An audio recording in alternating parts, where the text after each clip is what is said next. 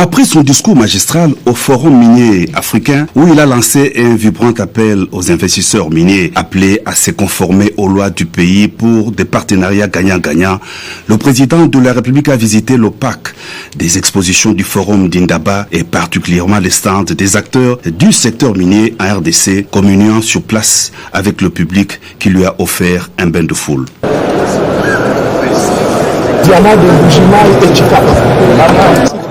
Aussitôt après avoir quitté le site du Forum Mining d'Indaba et toujours dans le même esprit d'améliorer les performances de la RDC et défendre les intérêts de la nation, le président de la République Félix-Antoine Tshisekedi Tshilombo a rencontré Amos Hochstein, l'envoyé spécial des États-Unis d'Amérique pour la sécurité énergétique. Ces derniers, très proches du président Joe Biden, a réitéré au chef de l'État l'engagement des États-Unis pour le partenariat privilégié avec la RDC dans l'exploitation du minerai stratégique.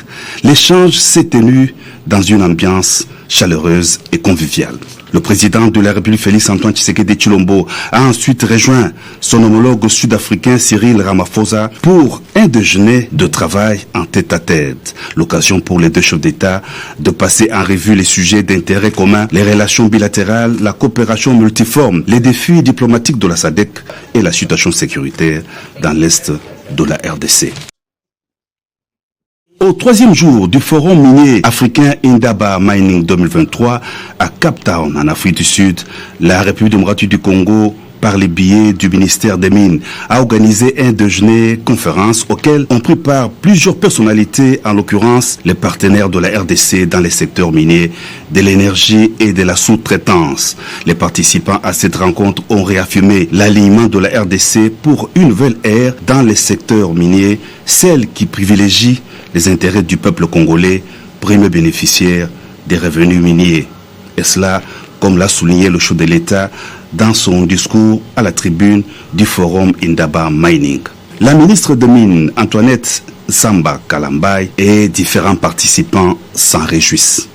Le chef de l'État a porté très haut le message de la population congolaise qui voudrait que désormais le minerai du Congo puisse profiter aux fils de la République démocratique du Congo, que le bruit de bottes puisse se taire à l'est du Congo et que les investisseurs qui veulent venir investir au Congo viennent en partenaire accompagner la République démocratique du Congo dans l'exploration, dans l'exploitation, la transformation et la commercialisation des minerais en République démocratique du Congo.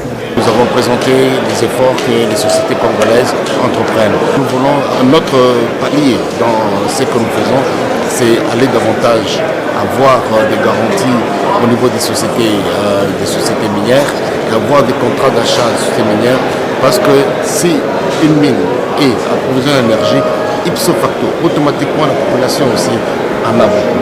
Nous avons aussi une vision pour un Congo vert. Et nous appelons cette vision-là Mission Clean Congo, pour dire Mission Congo propre. Joignant vraiment la vision du président de la République qui veut que les Congolais profitent de leur pays, nous voulons assainir l'environnement, travailler main dans la main avec les miniers pour que plus nous avons des productions minières élevées, plus aussi nous gardons un environnement vert, un Congo propre. Organisé à Cape Town, en Afrique du Sud, Investing Forum Mining est à sa 30e édition.